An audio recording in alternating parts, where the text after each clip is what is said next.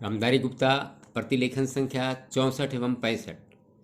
अध्यक्ष महोदय, उसके लिए सब कुछ करना है तो फिर कृषि उत्पादन का जो मूल आधार है, उस खाद और पानी की जो व्यवस्था है, जब उस पर ही कर लगाया जाता है तो मेरे मन में आता है कि कहीं वित्त मंत्री महोदय अपनी ही बात को अपने ही सिद्धांतों के द्वारा तो काट नहीं रहे हैं। मैं कहना चाहता हूँ कि हमारे देश में अभी भी चौथाई भूमि से ज़्यादा सिंचित भूमि नहीं है। इस देश की जितनी कृषि योग्य भूमि है, उसका चौथाई से भी कम हिस्सा ऐसा है जो सिंचित भूमि के नाम से पुकारा जा सकता है। मेरी राय में अब समय आ गया है जबकि पिछले 2-3 वर्षों की नीति पर फिर विचार किया जाए और एक मात्रा में घाटे के बजट का सहारा लेकर ही सही आर्थिक तथा सामाजिक विकास योजनाओं की गति को बहुत बढ़ा दिया जाए। इस मामले में मैं समझती हूँ कि तुरंत कार्यवाही होनी चाहिए ताकि आज जनसाधारण में जो असंतोष उभर रहा है वह हानिकर दिशाओं में न चलने पाए।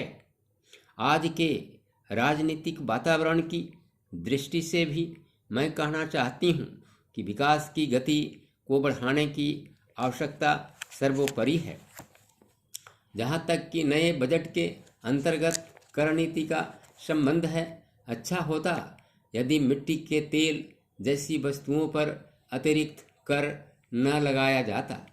मेरी राय में इस प्रकार के करों से बचना ही उचित है, परंतु वस्तु स्थिति कुछ ऐसी लगती है कि प्रायः गरीबों पर करों का भार लादे बिना सरकार की गाड़ी आगे बढ़ ही नहीं सकती। एक नया कर जिसे पहली बार वित्त मंत्री ने लगाने की ठानी है, वह कृषि संपत्ति संबंधी कर है। अब से पहले कुछ राज्यों में कृषि संबंधी आयकर लगाया गया था, परंतु उसके प्रशासन तथा वसूली आदि में इतनी कठिनाइयां आई कि राज्य सरकारों को अपनी नीति बदलनी पड़ी। बात यह है कि जहां करोड़ों अनपढ़ तथा गांव में बसने वाले किसानों पर हिसाब किताब रखने और रिपोर्ट भेजने की जिम्मेदारी लादी जाती है, वहां ऐसा कोई कर सफल नहीं हो सकता। उल्टे उसके कारण लाखों लोग कई प्रकार से सताए जाते हैं और फिर वे लोग सरकार से नाराज हो जाते हैं। इसलिए पहले देखना यह पड़ेगा कि यह कर कितने कृषकों पर लागू होने वाला है और उससे कितना रुपया कर के रूप में वसूल होगा। अध्यक्ष महोदय, सूचना मंत्रालय एक ऐसा मंत्रालय है जिसके कामों के संबंध में यह कहा जा सकता है कि बहुत कम आलोचना की गुंजाइश है। इसके कामों में सामान्य रूप से यह देखा गया है कि सभी स्थानों पर प्रगति हुई है। जहाँ जहाँ कुछ कमजोरियाँ हैं उनको सुधारा जा सकता है। इसलिए सबसे पहले मैं आकाशवाणी के संबंध में कुछ कहना चाहता हूँ। यह बात सच है कि आकाशवाणी ने परिस्थितियों के अनुकूल अपने को परिवर्तित किया है।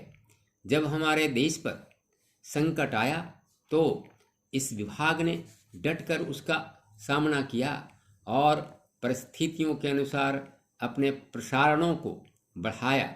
लेकिन मुझे दुख के साथ कहना पड़ता है कि इसकी भाषा नीति में अभी तक कोई परिवर्तन नहीं आ पाया है। इस मंत्रालय का एक महत्वपूर्ण विभाग पत्र सूचना कार्यालय है, जिसके द्वारा सभी सरकारी सूचनाएं अखबारों के द्वारा जनता तक पहुंचती है। अभी तक हमारे इस मंत्रालय का यह दृष्टिकोण रहा है कि इस देश की भाषा अंग्रेजी है और सब काम अंग्रेजी भाषा के माध्यम से होना चाहिए। यही कारण है कि इस विभाग से जो सूचनाएं प्रसारित होती हैं उनमें से अधिकांश अंग्रेजी में ही प्रसारित होती हैं, जिसके कारण देश भर में हमारी सरकार की बातें जनता तक नहीं पहुंच पाती। मैं अपनी इस बात की पुष्टि के लिए इसी मंत्रालय द्वारा प्रकाशित पुस्तिका में दिए गए आंकड़ों को प्रस्तुत करना चाहता हूं। आप इन आंकड़ों को देखें तो आपको ज्ञात होगा कि अधिक प्रकाशन अंग्रेजी में हुए हैं। हिंदी या अन्य क्षेत्रीय भाषाओं के प्रकाशनों की संख्या बहुत कम है, जबकि इस देश में अंग्रेजी जानने वालों की संख्या 2% से अधिक नहीं है। अन्य भाषाओं के जानने वालों की संख्या इस देश में 84 करोड़ है। इस दृष्टि से आवश्यकता इस बात की है कि हम अपना सारा काम अपनी भाषाओं के माध्यम से करें।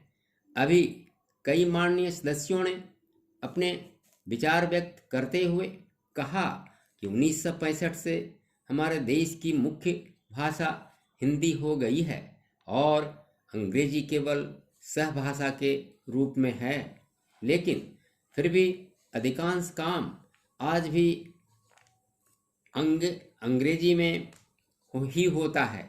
मैं चाहता हूं कि आप ऐसे कदम उठाएं कि देश भर में हिंदी के माध्यम के द्वारा यह कार्य सुचारू रूप से चलने लगे।